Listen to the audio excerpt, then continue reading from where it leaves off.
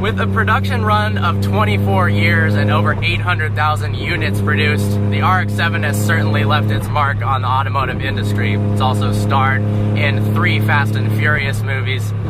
And for some people, the rotary engine has become kind of a way of life, like my passenger here. It's true. Now, this isn't a stock 3rd generation 1993 RX-7. Those produced 252 horsepower, had 2 rotors, and weighed 2,800 pounds, which honestly, for a 2,800 pound car, 252 horsepower for back then is pretty solid.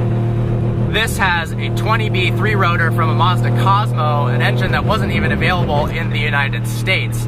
It's also got a huge S480 Borg-Warner turbo on it, and combined with the love of someone who's slightly psycho, it produces 750 wheel horsepower at 25 PSI. And for a car this light, it freaking rips. Yeah. So it obviously has its quirks. The car can randomly stall at 30 miles an hour when you're in gear. What made you decide to get a car like this? Why do you love it? And tell me more about the things that are horribly wrong with it. Well, I mean, it started out with, I did have a stock 2nd gen, and then I went to stock 3rd gen, which 255 horsepower at the crank was enough at that time, and I just had to keep pushing the envelope. For most people that get into RX-7s, the 3-rotor is like the holy grail. Like, that is the engine that you dream of, that you try and rationalize how you're going to afford it. And I was very fortunate to come across this car and make it my own. And I gutted it to the frame and rebuilt it. This is not a stable car. If that wasn't obvious in the last while of you reviewing it, this is not an easy car to drive. This is not a refined vehicle at all. And that's honestly what keeps me interested in it, is that it's always got your mind on the drive. You're not wanting to text and drive. You're not wanting to do anything. You are wanting to drive this car, which is why I went and bought the beginnings of my 4-rotor, which is the next step. That's not even an engine that you buy. You have to build the engine itself. And so this is an obsession, a cult.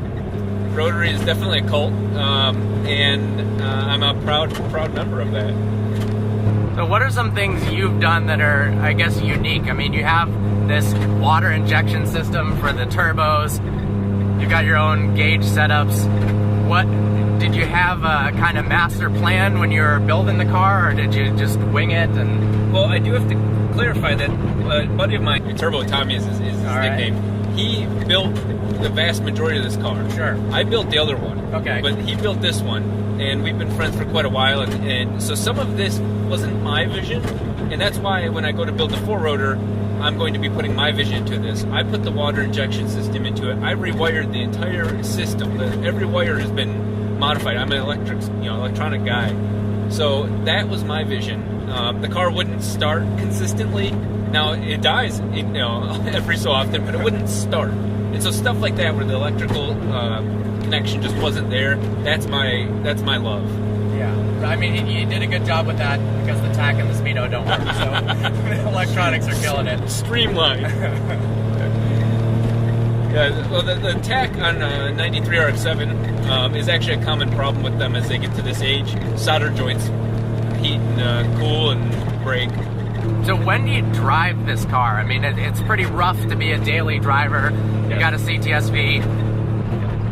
Yeah, so this car is driven in short, insane bursts of speed, insane bursts of moments of speed. This is something that is a drag car, which is one of the things I've always had a difficult time accepting. This car is the RX-7 was 50 weight balance. The RX-7 was beautiful handling. This has neither of those, and so even though it keeps the rotary spirit, it's ruined I would say the Japanese spirit of what this car was meant to be. And so it has a weird spot where you take it to the drag strip, you can drive it on the street, but you're just always tempted to fire off the 2-step and do stupid shit with the car. Yeah, it is interesting. You expect with a small car like this that it would handle extremely well, but with those tires and the power it's putting up, it's much less Tokyo drift and a lot more hold on for dear life as the boost kicks in. As it tracks all over the road. Yes.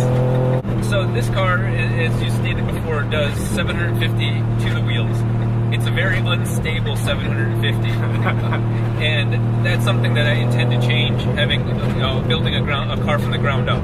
Yeah. So the 4-rotor, first of all, is designed to do about 1,200 to the wheels. So almost doubling what this does, and do it in a very grandiose style. Yep. To show that rotary, isn't necessarily the butt of all the jokes of reliability, that you can reliably put down that sort of power and keep coming back for more.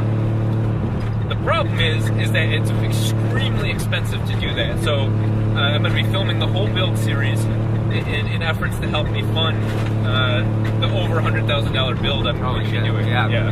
But yeah, I mean, 1,200 wheel horsepower is absolutely insane. I just drove a car that had a little bit more than that, but it weighed significantly more than 2,800 pounds. Right. And it had all-wheel drive, so a rear-wheel drive car with that kind of power, that is going to be a death trap, a fun death trap.